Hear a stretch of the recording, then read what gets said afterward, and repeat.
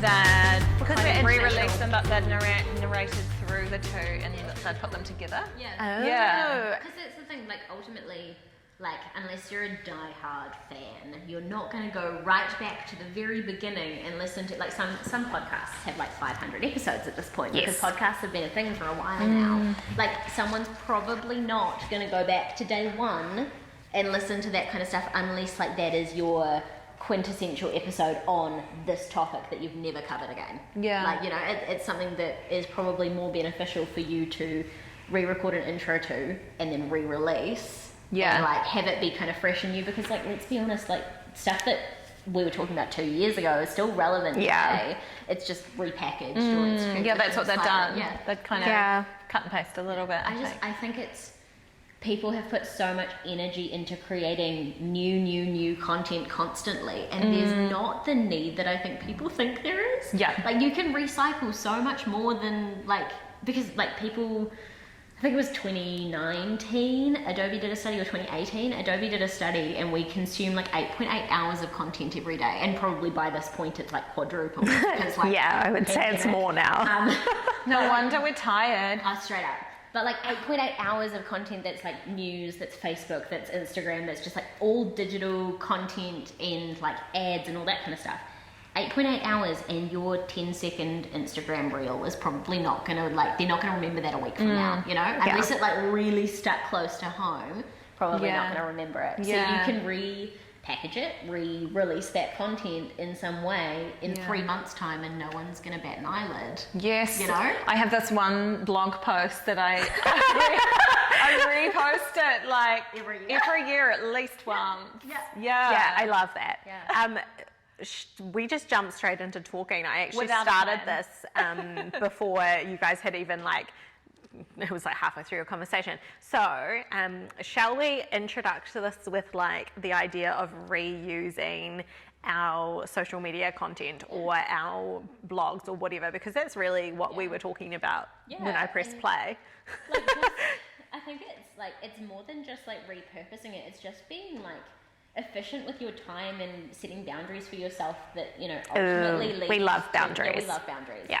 Like, if you set really good boundaries and you don't push yourself to, like, keep up with the Joneses, so to speak, because, like, no one's actually keeping up. Everyone's like faking it till we make it. Like, if you put those boundaries in place, you're going to be more efficient, you're going to be a better business owner and all that kind of stuff, because you're looking after yourself. Like, there's no point in pushing out content constantly and working yourself to the bone, because at the end of the day, your content isn't making you money necessarily. Like, there are subsets of businesses that, you know, obviously influencers and things like that, their content does make them money. But for a lot of businesses, social media is just a side portion of their business, and like pumping out post after post after post isn't bringing them in any cash flow. So it's our brand and our marketing, and like it doesn't have to be fresh, it doesn't have to be new stuff. It can be like this blog you reuse multiple times per year or whatever. What is that blog on, Ruth? So this is so random. It's actually on, it's an informative blog for people on how to create their own photo album of their family photos. Yeah. Which is kind of ironic, because you'd think that was me, like, preventing people from buying from me, right? But actually, I think part of what that blog does is it shows people that it's not that easy as well. Like, the purpose that I wrote it for was for anyone that's trying to kind of archive their family memories. And I've seen this. I've seen you share this. It was more just like something that I did with really no intention of getting a whole lot out of it, except for maybe some SEO. Because it was one of the questions that I had constantly asked over and over again. What album company do you use? How do you print your own family photos? Just so many questions like that. And I still get those questions in my inbox, and now I just send them that blog post link.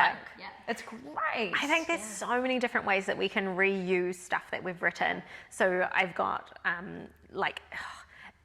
it can be really time consuming for every single client that you've got on the book, say especially wedding clients or family clients, and they're like, what do we wear, or how do we plan our schedule, or how do we write a family photo list? Just make it a tip guide in your blogs and send them that every single time. And one, like you said, it's SEO ranking, right? They're going to your website, they're spending more time on there. But two, you're giving out a consistent message around something too, which is really great. And then you copy and paste that and you share it to social media every now and again, and there is a recyclable piece of content, right? And the thing is that, so something like that, it's a timeless piece of content, which is the most beneficial. Like, it's not going to go out of fashion. But also it serves not only your clients but a wider audience that ultimately will view you as an expert more so because your tips are available, whereas some people try and keep their secrets hidden, and they're very quite like conscious of other people stealing their ideas and things like that. And something like a family photo guide or something like that can be shared on Pinterest, and there will be people that find that use that could be in a completely different country, but they'll still view you and your brand as an expert. And if for some reason you were in that country doing something, they might seek you out, or they're aware of you, or they might put a friend onto you, or, there's so many ways that we end up with clients that, you know, are so much more than just like the instantaneous or like the very close kind of contact of like seeing an Instagram post and finding that business owner and booking them. It's so much wider than that. And one thing I love about when you've done like a bigger piece of writing, like that article that I shared, or a what to wear guide, or how to prep for a shoot guide, is you can just then go in and copy and paste segments of it into social and push that out occasionally. And it's, you've already put the time into to writing it well.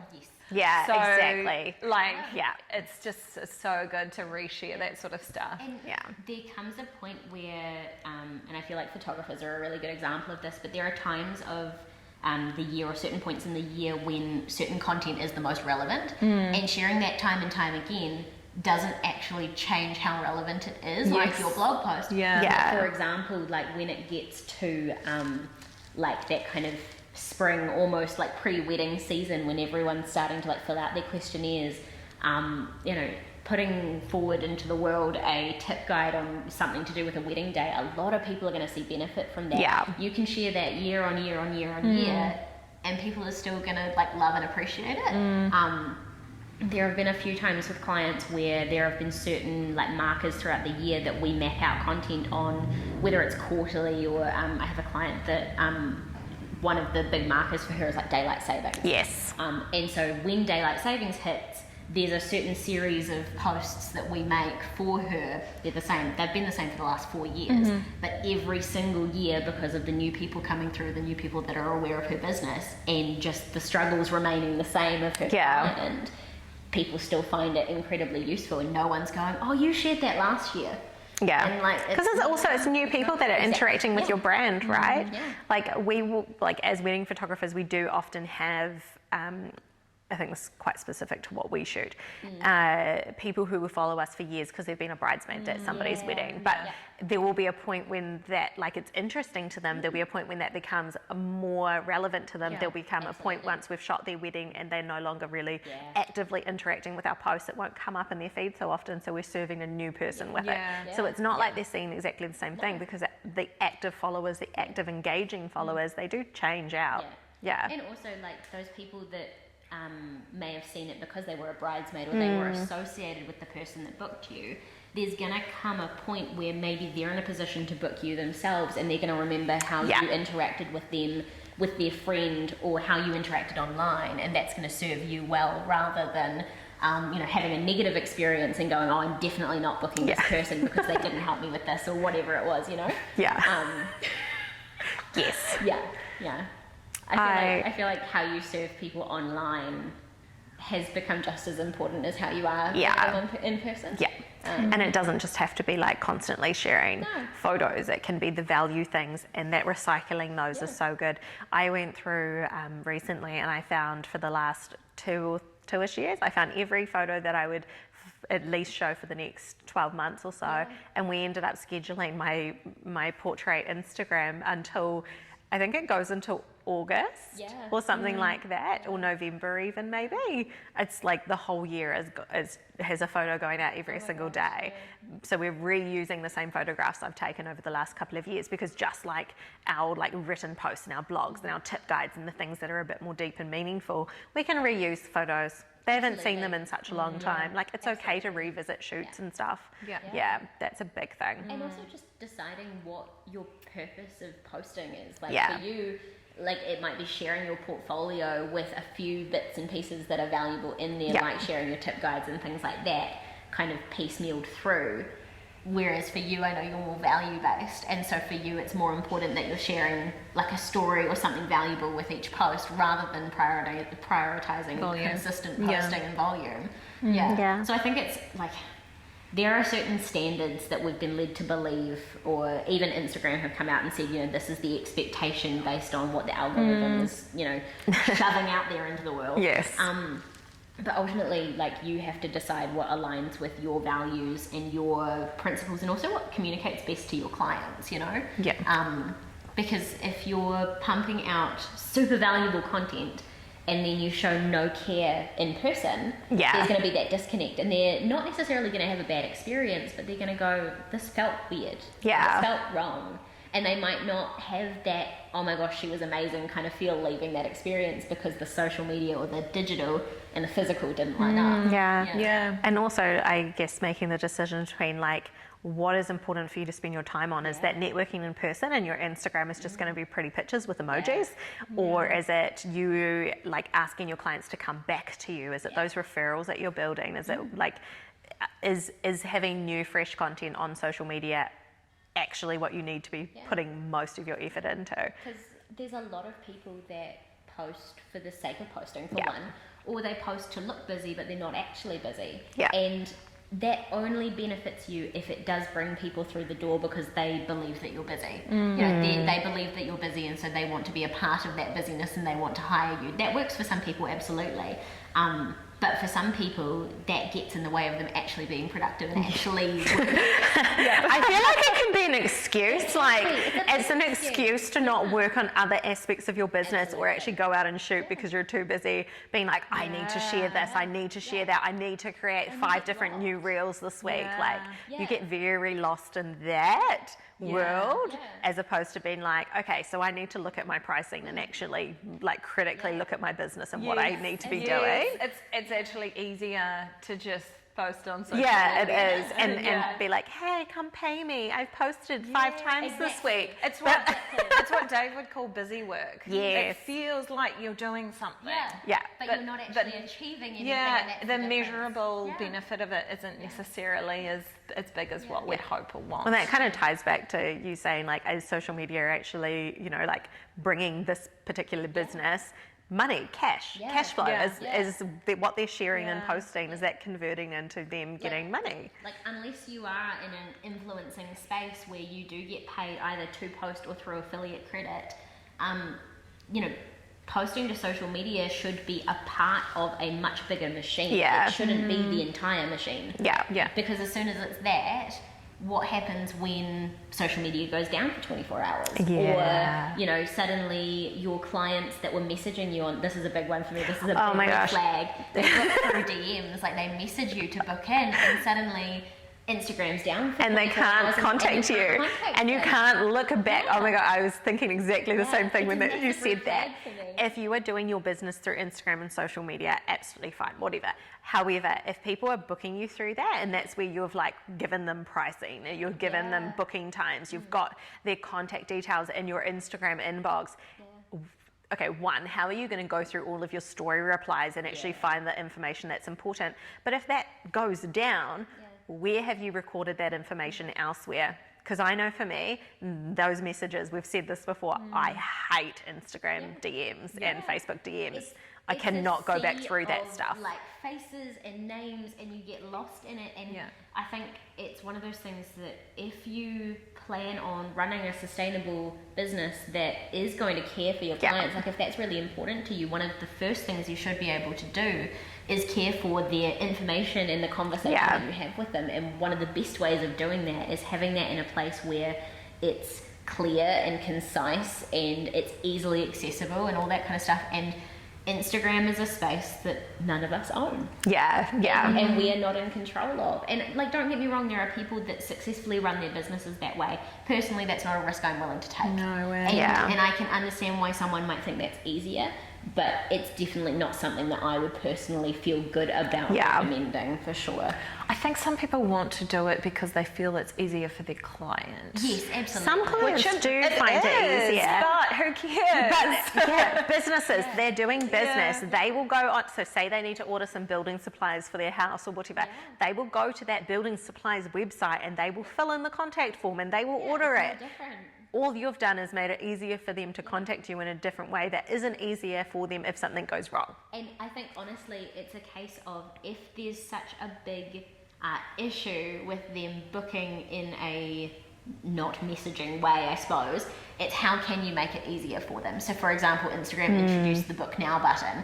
And if you are in a position where you can utilize that as a business, do it. Because if you can use that button to push them to a place where you can fully collect all their information, all of their details, and have it stored somewhere that's safe, that's going to be 12 times better at least than having it in a message that will get pushed down every time someone's messaged you. And it just, it blows my mind. I just saw this morning a friend asking about how do you, like she'd been hacked.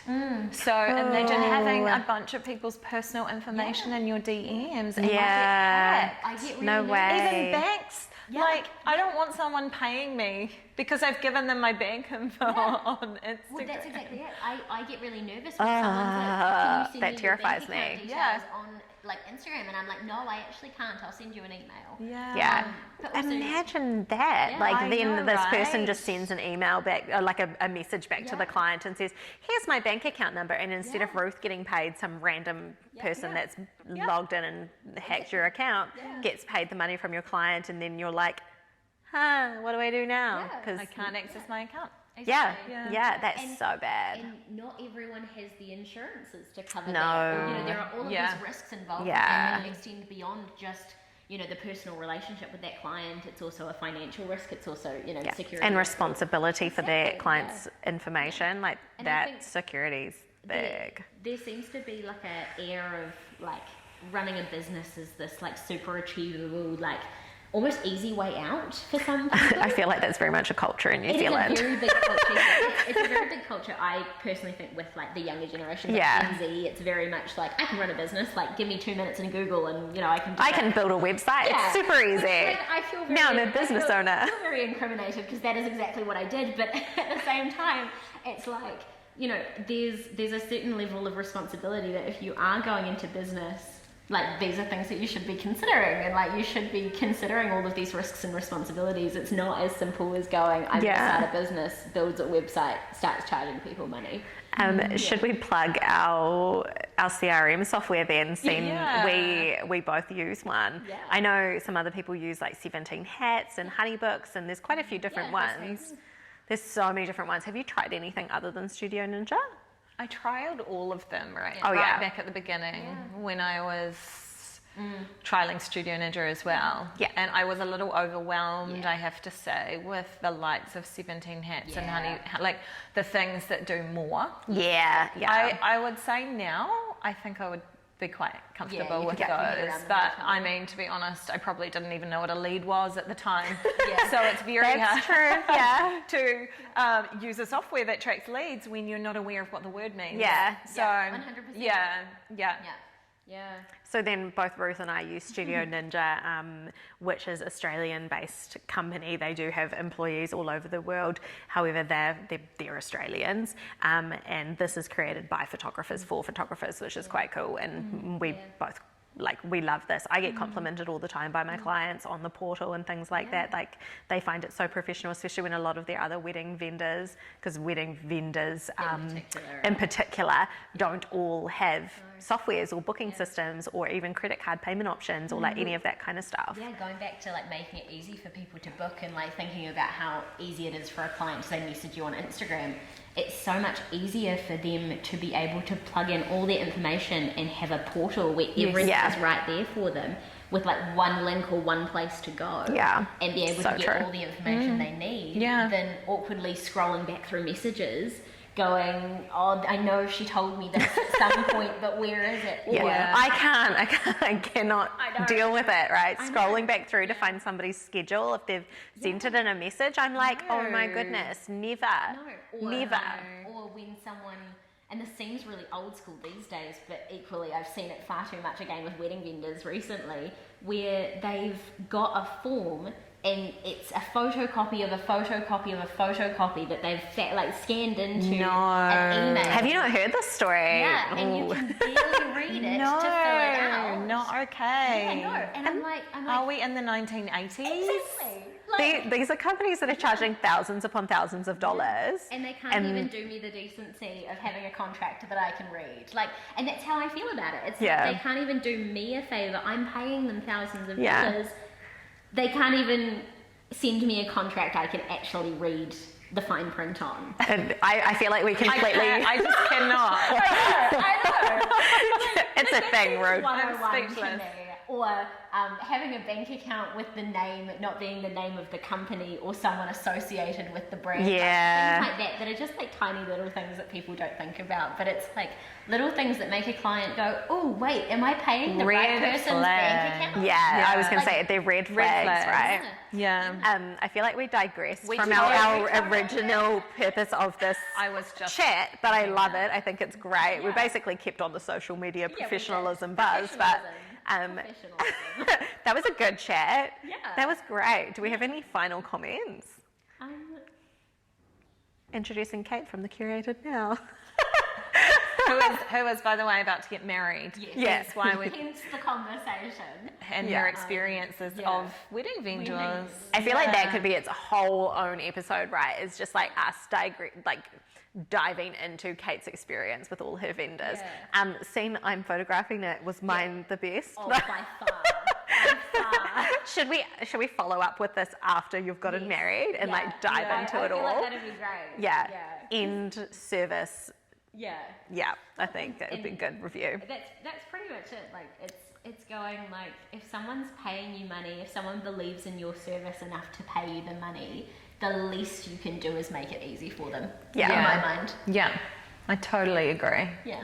Easy, professional. Yeah. And that whole giving the clients a portal, I talk about that like it's a selling point. And it is a selling point. I'm like, you amazing. get this really cute little client portal. Yeah. Well, I use Honeybook, and so it's the same. And I once upon a time used Dubsado, and it was the same. And it's so easy. Someone just logs in, they've got everything there, and there's no questions or concerns or it's as easy as a click of a button. Yeah. It's not. Well, even Ruth, we were on the phone yesterday when you had that question around pick time and going through and that realization that when a client logs into their pick time account with their email address and their password, they can see any gallery that they have ever been photographed in that we've invited them to. So their engagement shoot, their family shoot, their wedding, that will all be in there under their one login. That's a game changer for them. Yeah, so I think it's amazing. Yeah. No more PIN codes, no more weird passwords for each different gallery. It's just, here's your account, here is everything I've ever photographed you as. I think it's so good. Because I have some clients, as you know, that I do multiple shoots for, right? All the time. Yeah. All the time. And so I was having to constantly go back and find their galleries for them, or they'd have to scroll through emails getting their old links and stuff. Exactly. And now they don't. Now they just go in and they put their one password in for their whole everything. Download whatever and they can see everything. So for anyone listening or viewing, what we're talking about is Hayley and I have just transitioned from Pixie Set to Pick Time. So we're finding that there are some things that Pick Time offers that is a lot easier. If you ever want to, we do actually have us diving into the deep end of our setup of Pick Time on our website, which we may release that on here as well. But it is every system is a bit different, just like the CRMs that we've been talking about and the limitations of social media.